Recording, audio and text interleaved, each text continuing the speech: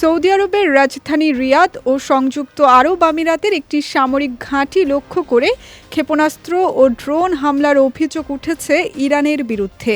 তবে সৌদি কর্তৃপক্ষ জানিয়েছে, রিয়াদের আকাশে পৌঁছানোর আগেই কয়েকটি ড্রোন ভূপাতিত করা হয়েছে। রোববার সৌদি আরবের প্রতিরক্ষা মন্ত্রণালয়ের এক বিবৃতিতে বলা হয়, রিয়াদ মহানগর এলাকায় 4টি ড্রোন প্রতিরক্ষা ব্যবস্থার মাধ্যমে ধ্বংস করা হয়েছে। গত ২৮ ফেব্রুয়ারি ইরান, যুক্তরাষ্ট্র ও ইসরায়েলের মধ্যে উত্তেজনা শুরু হওয়ার পর থেকে সৌদি আরব ধারাবাহিকভাবে ড্রোন ও ক্ষেপণাস্ত্র হামলার হুমকির মুখে রয়েছে বলে আন্তর্জাতিক বিভিন্ন প্রতিবেদনে উল্লেখ করা হয়েছে।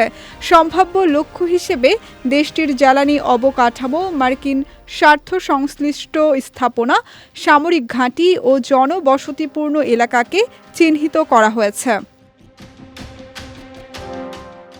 এদিকে ইরানি হামলায় এখন পর্যন্ত সৌদি আরবে অন্তত 2 জন নিহত এবং 12 জন আহত হয়েছেন বলে জানা গেছে। অন্যদিকে সংযুক্ত আরব আমিরাতের আল দাফরা বিমান ঘাঁটিতে অবস্থানরত মার্কিন বাহিনীকে লক্ষ্য করে ক্ষেপণাস্ত্র ও ড্রোন হামলার দাবি করেছে ইরানের ইসলামী বিপ্লবী গার্ড বাহিনী বা IRGC।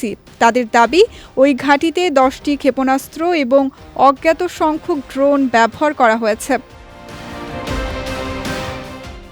এদিকে চলমান উত্তেজনার মধ্যে ইসরায়েলে গত 24 ঘণ্টায় শতাধিক মানুষ আহত হয়েছেন বলে জানিয়েছে দেশটির সংবাদ মাধ্যম টাইমস অব ইসরায়েল। প্রতিবেদনে বলা হয়েছে, এই সময় আহত 108 জনকে হাসপাতালে ভর্তি করা হয়েছে।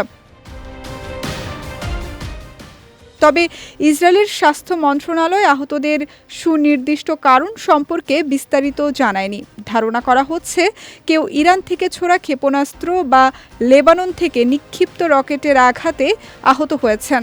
আবার নিরাপদ আশ্রয়ে যাওয়ার সময় হুড়োহুড়িতেও অনেকে আহত হতে পারেন। রোববার সামাজিক যোগাযোগ মাধ্যম এক্সে দেওয়া এক পোস্টে মন্ত্রণালয় জানায়, গত 28 ফেব্রুয়ারি থেকে রোববার সকাল পর্যন্ত মোট 3195 জনকে হাসপাতালে ভর্তি করা হয়েছে। তাদের মধ্যে 81 জন তখনও চিকিৎসাধীন ছিলেন। বিজয় টিভি নিউজ ডেস্ক।